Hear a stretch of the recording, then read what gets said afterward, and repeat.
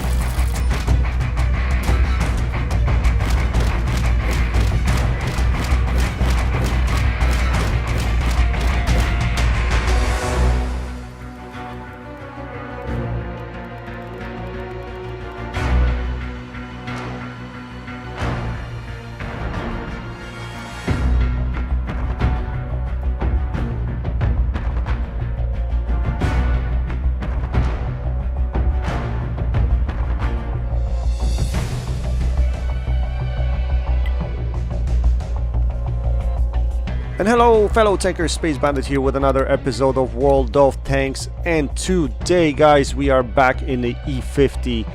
Yes guys, back to the E50. I haven't played this tank in a few weeks and I thought to myself, why not get back in it, have a few games. So I had a very short run in this tank. I don't know, played about 6-7 games or something like that. Had an awesome run though, really awesome run. I was getting mostly top tier games, so I averaged a little below 4k damage, which is quite surprising because after the nerf this tank is not supposed to be good, but with the current setup that I have, this tank is still very good.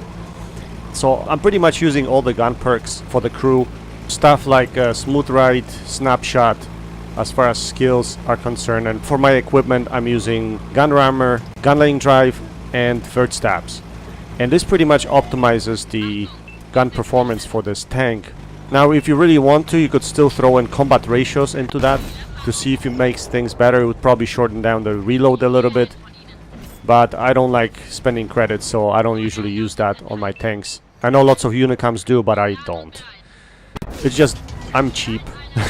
I don't want to spend my credits. That's the reason for that, and I already use credits to buy my premium rounds, so yeah. But because of that, because you have to optimize your equipment for gun performance now because of the stupid long aim time, which is like a Russian aim time of 3 seconds, then you're basically sacrificing the view range, right? Because you cannot put coated optics into your equipment.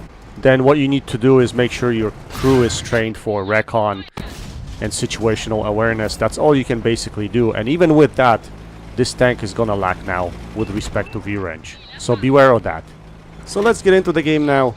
As you already probably noticed, we are on map Malinovka Winter. So what that means is that all the water is frozen everywhere on the map, and normally I would not come to this location here because it's basically, when you come here, it's a standstill and it's a long shooting game, pretty much a distance game. So what I would usually do is if I'm in a heavy tank, I would go into A0 and fight it out there on top of the hill. If I'm a medium tank, I would try to go through the middle, you know, go to F7, E7, somewhere over there, and spot guys from there and maybe engage them, and as well as have shots. From there you can actually have shots on the guys on the hill as well. But it seems like a lot of my team actually came into this direction, into here, and also there's plenty of enemy team to shoot at over here, so we're gonna have a brawl. It's gonna be a nice brawl over here.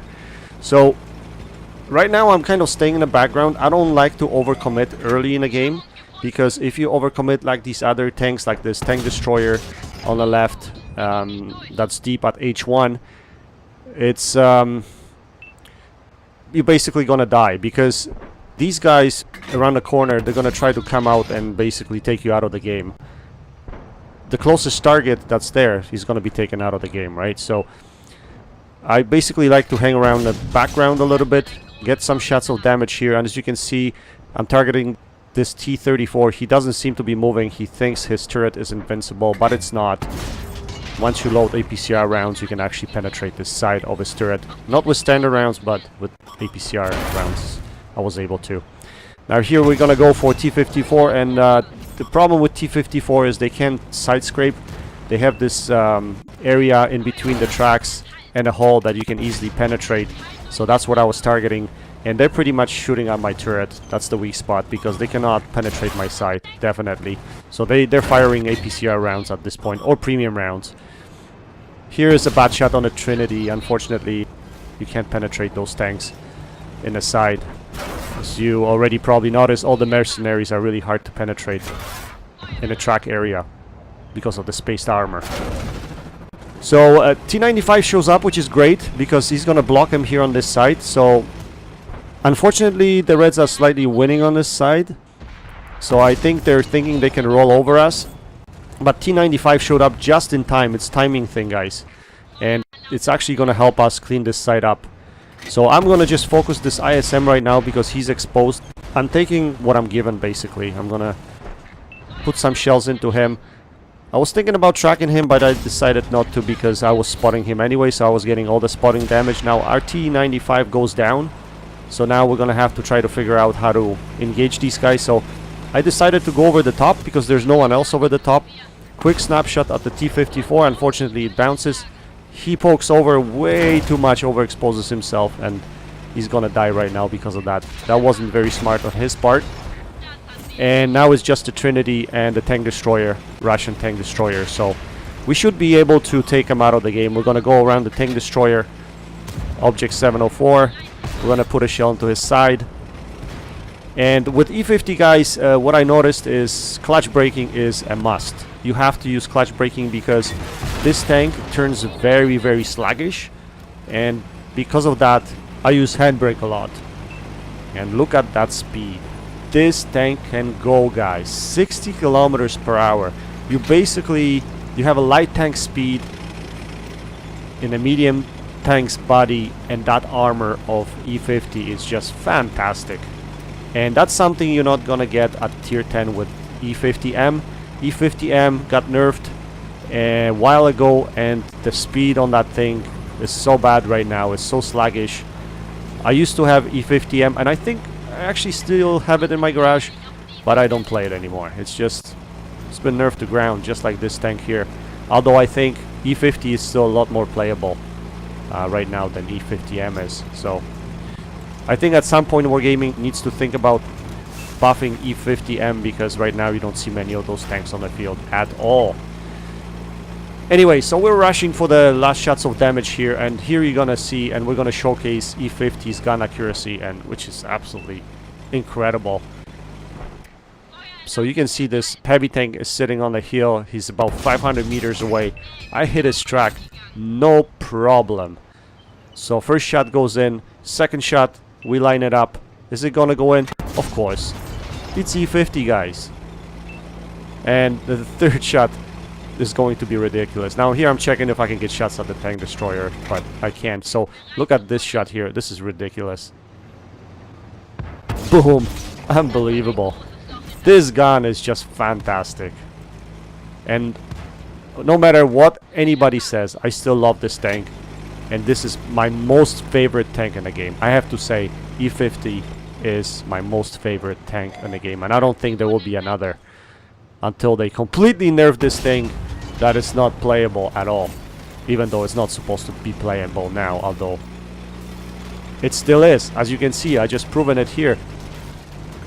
You know, within the last month I had an ace tanker in this thing, and you can still put up some decent damage. I had a game that I put up over 6,000 damage in this thing. This game's over 5k, and my latest run was averaging just below 4k damage, so this tank can still do it. So we managed to make credits. We shot some APCR rounds, but we still managed to make 43,000 credits. Still 5.5k damage. We got high caliber metal, mastery 1 badge, 627 assisted damage, 560 blocked, which is not a lot, but that damage still pretty good. We managed to clean up. We finished on top of the team as a top tier should. With 1649 base XP, we had 3 kills. We fired 26 shots. We had 23 direct hits and 16 penetrations. Not a bad game. Again, still strongly recommend this tank, guys. I still do. And you are going to see this tank on my channel a lot more still, or every once in a while, because I do like playing it. And sometimes when I get on, and I have very short time to play, I'll just get on and play in this tank because it gives me pleasure, guys. Absolute fantastic tank. Anyway, guys, I hope you enjoyed this video. Go check out Clone72 and Gara Dinghy.